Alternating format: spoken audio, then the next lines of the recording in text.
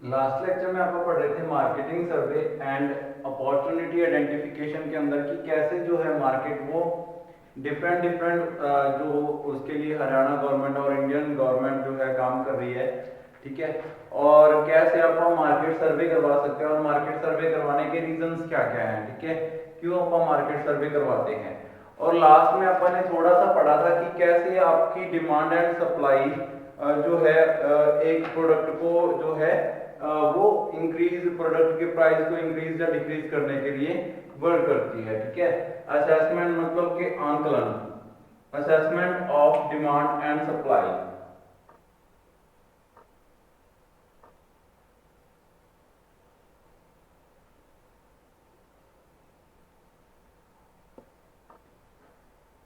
Assessment of demand and supply to grow your business. आपके business को grow करने के लिए assessment of demand and supply क्यों जरूरी है, क्यों रिक्वायर्ड है।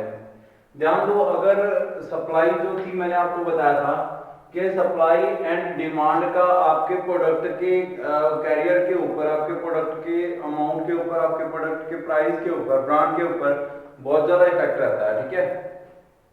अगर आप कोई प्रोडक्ट कितना सप्लाई कर रहे हो, ठीक है, कितना मार्केट में दिया है, उससे ही उसका उसकी वैल्यू बनती है, ठीक है। अगर देखो सबसे पहले डिमांड क्या है, यहाँ पे डिमांड वर्ड क्यों यूज किया अपन ने। डिमांड होता है the quantity of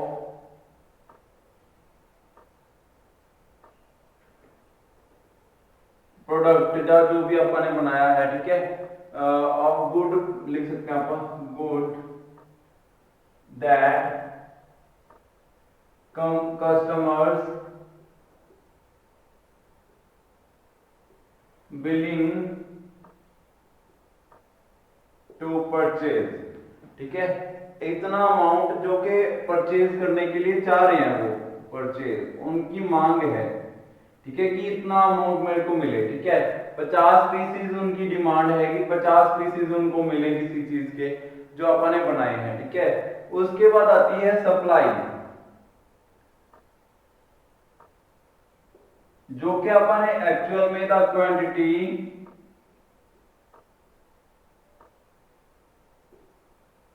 supplied to the market. Market के अंदर कितनी अपन ने सप्लाई कर दी, ठीक है। डिमांड एंड सप्लाई दोनों चीजें ऐसे डिपेंडेंट रहती हैं, ठीक है। अगर आपने डिमांड जो है वो कितनी है और आपने सप्लाई उसकी कितनी कर दी, ठीक है। इसको आप एक कर्व से समझ सकते हैं डिमांड एंड सप्लाई को। इसको मैं हटा देता हूं सबसे पहले कि सबसे पहले डिमांड इतनी आई और उसकी सप्लाई अपन ने इतनी कर दी, ठीक है। जितनी डिमांड थी उतनी सप्लाई हुई कि नहीं हुई, ठीक है। जितना ओरिजिनल में चाह रहे थे वो, ठीक है, उतना हुआ कि नहीं हुआ, ये चीज होती है, ठीक है। तो जैसे यहाँ पे कुछ मैं ये बना सकता हूं, ठीक है, ये है सप्लाई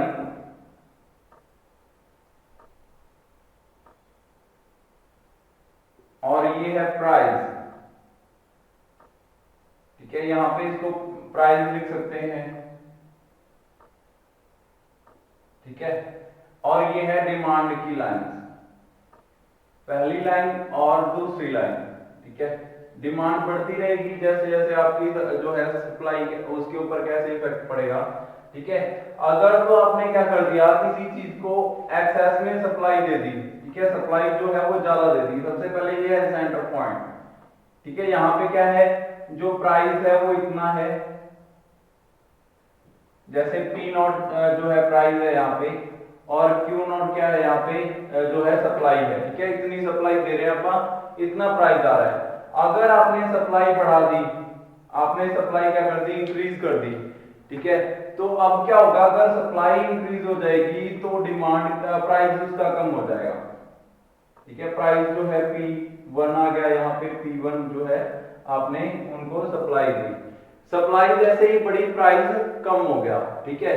ऐसे ही अगर सप्लाई रिड्यूस कर देंगे, ठीक है, सप्लाई रिड्यूस करने से क्या होगा कि जो सप्लाई है वो कम हो जाएगी और प्राइस जो है वो इंक्रीज हो जाएगा और डिमांड बढ़ जाएगी, ठीक है। डिमांड बढ़ जाएगी उससे। अगर आप सप्लाई कम कर दोगे तो डिमांड इंक्रीज हो जाएगी। लेकिन ये करना कब है, जब आपका प्रोडक्ट जो है पहले से ही एस्टेब्लिश हो चुका है। अगर कोई उसको जानता ही नहीं और आपको उसकी डिमांड ज्यादा है, उसकी डिमांड अभी होने लगी है, आपने उसको बेचना बंद कर दिया मार्केट के अंदर, फिर क्या होगा, लोगों को पता ही नहीं चलेगा कि कोई ऐसा प्रोडक्ट भी आया था। पहले तो हर किसी की जरूरत हो जाए वो प्रोडक्ट, इतना आपने उसको एस्टेब्लिश करना है, ब्रांड बनाना है। उसके बाद फिर क्या कर सकते हैं, आप उसके प्राइस को इंक्रीज करने के लिए उसकी सप्लाई को रिड्यूस कर सकते हैं। ठीक है, अगर आप ध्यान दो, आपने आज एक गाड़ी ली है जो स्विफ्ट गाड़ी है, वो आज आप 9 लाख रुपए में लेते हो। जब वो मैन्युफैक्चर हुई थी फर्स्ट टाइम, तब उसकी कीमत थी 7 लाख। ठीक है, अगर कंपनी ने क्या किया तो 7 लाख से 9 लाख तक आने के लिए क्या किया, उसने सप्लाई के ऊपर कॉन्सेंट्रेट रखा, एक्सेस में सप्लाई नहीं होने दी। ठीक है, अगर एक्सेस में सप्लाई हो जाएगी ना तो जो कस्टमर्स हैं उनको वो चीज सेकेंड हैंड भी मिलना स्टार्ट हो जाएगी। अगर वो चीज सेकेंड हैंड मिलना स्टार्ट होगी तो ऑब्वियस है वो नई चीज के ऊपर क्यों पैसा खर्च करेंगे, उनकी जो सप्लाई है और वो डिमांड है वो पूरी हो जाएगी। ठीक है, उनकी डिमांड पूरी हो गई तो उनको जरूरत नहीं पड़ेगी नई गाड़ी परचेज करने की।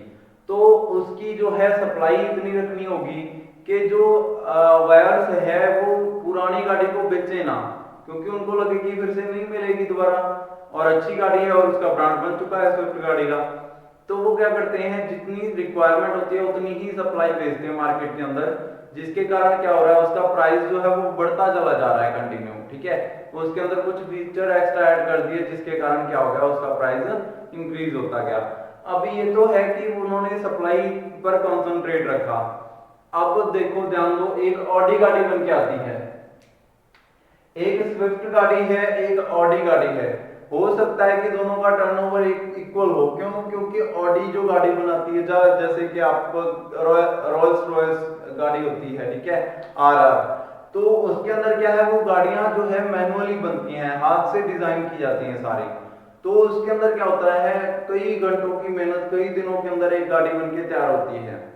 तो उस एक एक गाड़ी के ऊपर इतनी मेहनत लगती है, इतना कंसंट्रेट किया जाता है, तभी उसकी कीमत जो है इतनी ज्यादा है, क्योंकि उन्होंने वैल्यू बना रखी है अपने प्रोडक्ट की।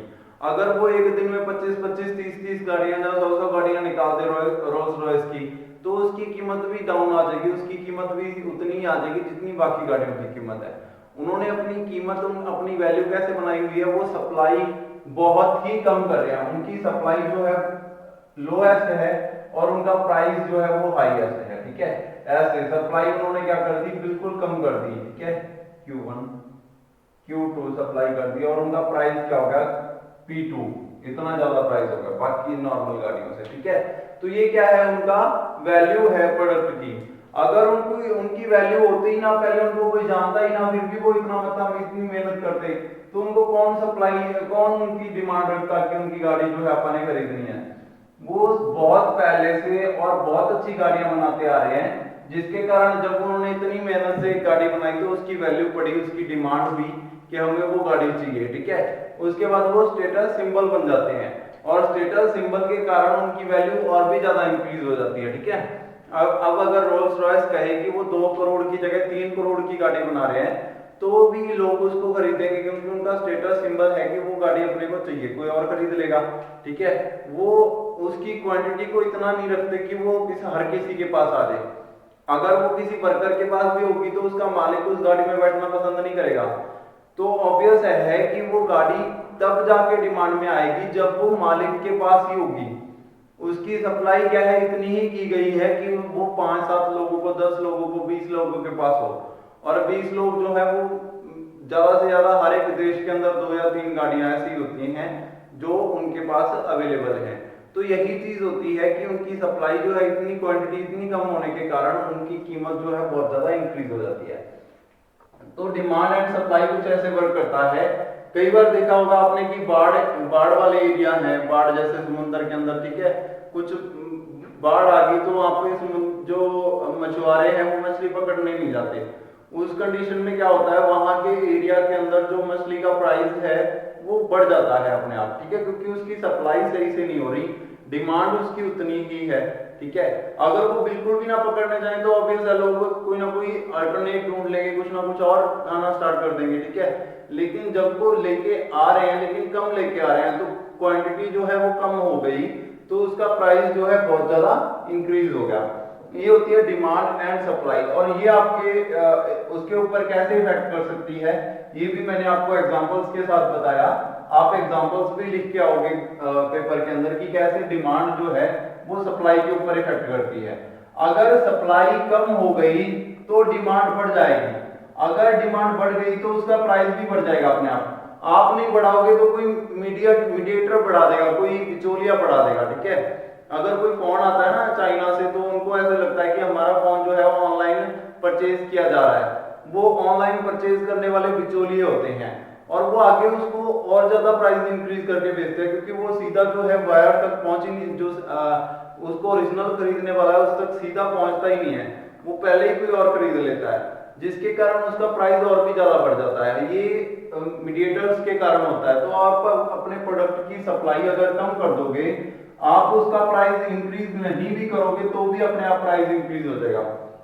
जियो की सिम फ्री में मिल रही थी, लेकिन जो बिचौलिए थे उन्होंने क्या किया, 500 में 600 में जियो की सिम बेची, क्योंकि सप्लाई कम थी, डिमांड ज्यादा होगी फ्री की सिम की, तो अचानक जो लोग थे उन्होंने बहुत सारा पैसा बनाया, जिनके पास सिम आ गई जियो की, ठीक है, तो उन्होंने 500 में वो सिम सप्लाई किए।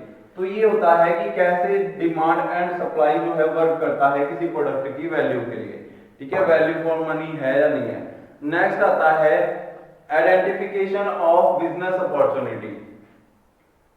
आइडेंटिफिकेशन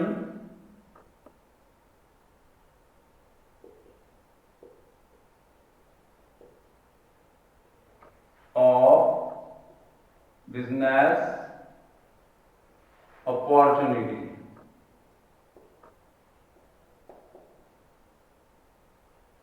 बिजनेस अपॉर्चुनिटी होता क्या है, सबसे पहले कि कब अपने प्रोडक्ट लॉन्च करना है, कब आपको ऐसी सिचुएशन आएगी कि आपको कुछ ना कुछ नया जो है क्रिएट करोगे, ठीक है।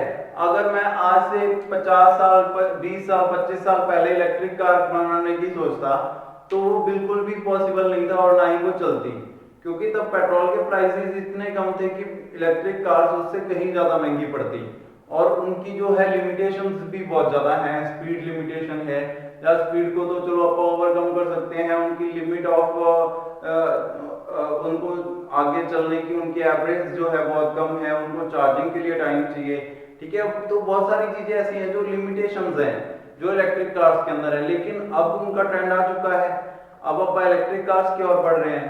तो ये सिचुएशन ऐसी है कि अपॉर्चुनिटी कब मिली, अगर मैं 30 साल 40 साल पहले इलेक्ट्रिक कार बनाता तो अपॉर्चुनिटी नहीं थी, मेरी कार फेल हो जाती।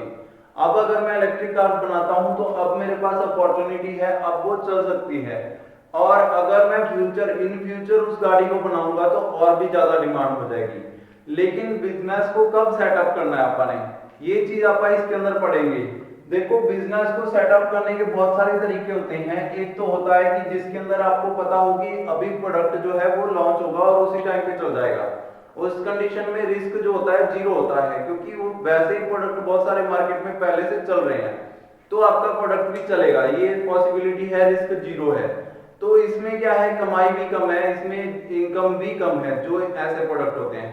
एक होता है risk taker, calculative risk taker, जो कि नया प्रोडक्ट लॉन्च करता है कुछ ना कुछ, जो कि मार्केट में अभी तक उतना अवेलेबल नहीं है जितना बाकी के प्रोडक्ट्स हैं, उस कंडीशन में वो होता है रिस्क टेकर। तो उसने क्या करना होता है, जैसे ही रिस्क लिया तो उसके पास दोनों ऑप्शंस है, वो एकदम से फेल हो सकता है, सारा सिस्टम उसका जितनी भी मेहनत की उसने सारी खत्म, और जो पैसा हो गया वो भी खत्म। और दूसरा क्या हो सकता है, उसका प्रोडक्ट चल जाए तो उसकी जितनी इनकम होगी वो दूसरे प्रोडक्ट से कहीं ज्यादा होगी, ठीक है। तो इसी कंडीशन में जैसे कि अभी टेस्ला ने विदेशों में बहुत सारा पैसा कमाया है इलेक्ट्रिक कार्स के ऊपर, तो उन्होंने इंडिया के अंदर भी इलेक्ट्रिक कार को लॉन्च कर दिया, और बहुत ही थोड़े समय के अंदर, मेरे ख्याल से ज्यादा नहीं तो 5-4 साल के अंदर सब इलेक्ट्रिक कार्स चलाएंगे, क्योंकि ट्रेंड आ जाएगा, सारी कंपनियां, बड़ी कंपनियां जो है इलेक्ट्रिक की ओर बढ़ जाएंगी जब इलेक्ट्रिक कार्स चलना स्टार्ट होगी। तो ये क्या है, आइडेंटिफिकेशन ऑफ बिजनेस अपॉर्चुनिटी है। कि उन्होंने क्या किया, आइडेंटिफाई कर लिया कि अब इलेक्ट्रिक कार्स का ट्रेंड आने वाला है। अगर मारुति उस अपॉर्चुनिटी को मिस कर देगी तो मारुति पीछे रह जाएगी, बैक फुट में चली जाएगी, फ्रंट फुट में दूसरी कंपनी आ जाएगी जो इलेक्ट्रिक कार्स के ऊपर डिपेंडेंट होंगी। तो ये क्या है, वहां पे अब उस बिजनेस की डिमांड है कि हमें इलेक्ट्रिक कार्स चाहिए, ठीक है। ये है बिजनेस अपॉर्चुनिटी। कैसे पता चला कि उनके कॉम्पिटिटर्स क्या कर रहे हैं, उनके कॉम्पिटिटर में कंपटीशन में कौन आया है। इतनी चल रही थी अपने नॉर्थ इंडिया में, तो मारुति का सब जगह पे ही है पूरे इंडिया के अंदर कहीं भी, ठीक है। तो मारुति का इतना क्रेज है, और अगर कोई गाड़ी ऐसी आती है जो मारुति को फेल कर सकती है तो ऑब्वियस है उसमें कोई ऐसा फीचर होगा जो इनके अंदर नहीं है। इनके अंदर पेट्रोल एवरेज सारी चीजें बेस्ट हैं, उससे ज्यादा नहीं की जा सकती एवरेज, 25 से इंक्रीज नहीं की जा सकती डीजल के अंदर, पेट्रोल के अंदर 18-20 से इंक्रीज नहीं की जा सकती, ठीक है। इनके अंदर जो है एयर कंडीशनिंग बाकी सारा सिस्टम है, डिजिटल कर दिया गाड़ियां, ठीक है। धीरे धीरे और भी फीचर डाल देंगे जो भी रिक्वायरमेंट होगी, तो इस कंपटीशन में इनको हराया नहीं जा सकता, और प्राइस बहुत लो है। लेकिन अगर पूरा सिलेबस ही चेंज कर दिया उन्होंने, क्या बना दी इलेक्ट्रिक कार, तो अब पूरा सिस्टम ही चेंज कर दिया, तो उस कंडीशन में अपने को क्या चाहिए, अब अपने को कुछ ना कुछ अपॉर्चुनिटी के हिसाब से बदलाव करना पड़ेगा, ठीक है। तो ये है बिजनेस अपॉर्चुनिटी। आइडेंटिफिकेशन कैसे किया, नई गाड़ी आई है, नई कंपनी लॉन्च हुई है जिसने इलेक्ट्रिक कार्स बनाई है, अपने को उसको बनाने में टाइम लगेगा, लेकिन अपना बिजनेस यहाँ पे सेटअप है पहले से ही, अपना ब्रांड है। अगर मारुति को इलेक्ट्रिक कार बनाने में टाइम लगे तो उसको इतनी उसकी दिक्कत नहीं है, क्योंकि उनका ब्रांड बना हुआ है। वो बनाएंगे तो ऑब्वियसली चलेगा टेस्ला से ज्यादा। जब तक टेस्ला अपनी कंपनी का ब्रांड यहाँ पे सेटअप करेगी तब तक ये अपनी कंपनी की डिमांड बढ़ा सकते हैं, ठीक है। ये है बिजनेस अपॉर्चुनिटी। तो कैसे अपन आइडेंटिफाई करना है बिजनेस अपॉर्चुनिटी को, कब बिजनेस सेटअप करना है, दूसरी कंपनियों से पहले अपन ने अपना बिजनेस चलाना है, तब जाके चलेगा वो। अपने को पहले से पता होना चाहिए कि क्या चल रहा है मार्केट के अंदर, ठीक है, मार्केट में कैसी डिमांड आने वाली है। तो सबसे पहले क्या करेंगे, अपन कस्टमर्स की डिमांड को चेक करेंगे। आइडेंटिफिकेशन ऑफ बिजनेस अपॉर्चुनिटी, कैसे अपन नई अपॉर्चुनिटीज को हायर कर सकते हैं। तो potential customers listen to your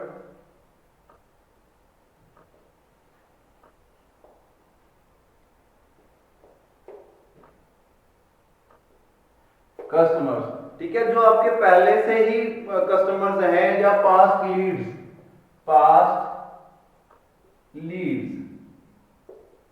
ठीक है, पुरानी लीड्स। आपने 10 साल पहले 5 साल पहले एक गाड़ी बनाई थी, उसके अंदर कोई ऐसा फीचर डाला जो कि अब वाली गाड़ियों के अंदर नहीं है, वो पहले वाली ज्यादा बिक रही थी, अब वाली कम बिक रही है।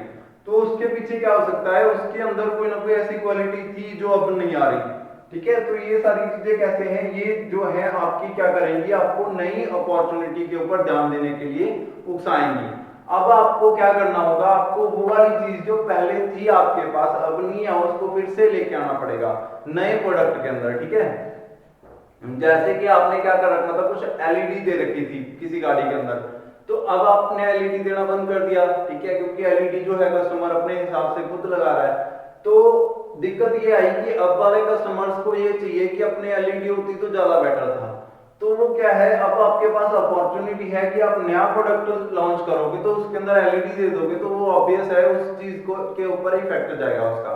अपॉर्चुनिटी कैसे और कैसे अप्लाई की जा सकती है, जैसे आपने पहले कोई कैमरा फोन बनाया था, ठीक है, उसको उन्होंने क्या किया, ज्यादा वैल्यू दी, ठीक है।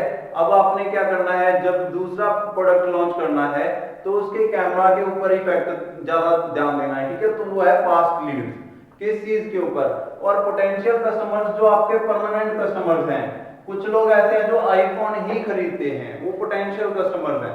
वो पहले वाला आईफोन, उसके बाद वाला अपडेटेड वर्जन, उसके बाद वाला अपडेटेड वर्जन, वो खुद को अपडेट करते रहते हैं, लेकिन विद आईफोन कोई भी आप दूसरा फोन वो यूज नहीं करते।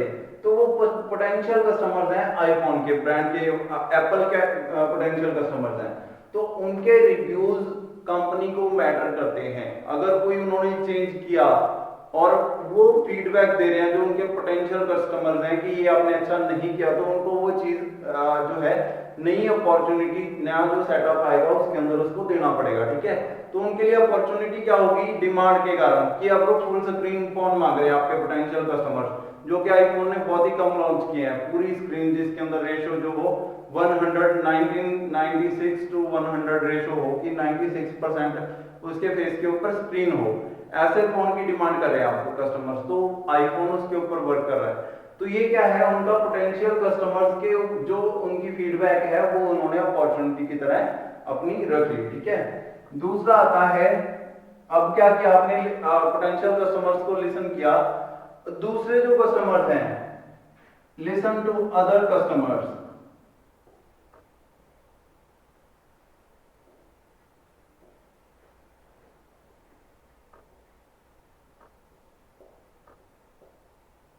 दूसरे कस्टमर्स जिन्होंने पहली बार प्रोडक्ट बाय किया उनकी भी फीडबैक लेनी चाहिए, ठीक है। उससे भी क्या होगा, आपको लीड मिलेगी नए प्रोडक्ट को लॉन्च करने की। और तीसरा मैंने जैसे कि बताया कि इलेक्ट्रिक कार जो है टेस्ला ने लॉन्च कर दिया है, तो अब जो नई कंपनियां आएंगी उनको भी इलेक्ट्रिक कार जो है जल्दी लॉन्च कर देनी चाहिए। तो look at competitors, look at competitors, ठीक है। कॉम्पिटिटर क्या कर रहा है, ठीक है, ये चीज आपको पता होनी चाहिए, जिससे क्या है आपको उसमें जो उनकी वैल्यू है उसके अंदर आपको इफेक्ट पड़ेगा। अगर जो है इलेक्ट्रिक कार्स का ट्रेंड चल रहा है और आपका कॉम्पिटिटर आ चुका है जिसने ही ट्रेंड चला दिया, ठीक है, कोई भी चीज की वैल्यू तब आती है जब वो मार्केट के अंदर लॉन्च हो जाए।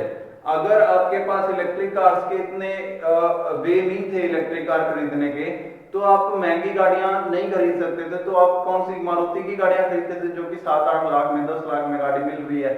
तो जब आपके पास पोटेंशियली स्टेबल्ड जो कि टेस्ला है, ठीक है, वो उसने ही ट्रेंड चला दिया, ठीक है, कोई भी चीज की वैल्यू आप खरीद सकते हैं, पहले तो वो वैल्यू फॉर मनी देगा, ठीक है, वो कम प्राइस में रखेगा क्योंकि इंडिया के अंदर कम प्राइस की गाड़ियां पहले लॉन्च हुई हैं।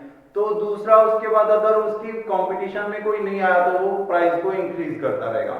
और यहाँ पे क्या होगा, अगर ये कॉम्पिटिटर्स को नहीं देखेंगे मारुति वाले, तो ये ऑब्वियस है कि उससे हार जाएंगे, ये बैकफुट में चले जाएंगे। तो इनको क्या करना होगा, पोटेंशियली उसके ऊपर ध्यान देना होगा बहुत ज्यादा, ताकि वो समझ सकें। तो उसके बाद इंडस्ट्रियल ट्रेंड क्या चल रहा है, लुक एट इंडस्ट्रियल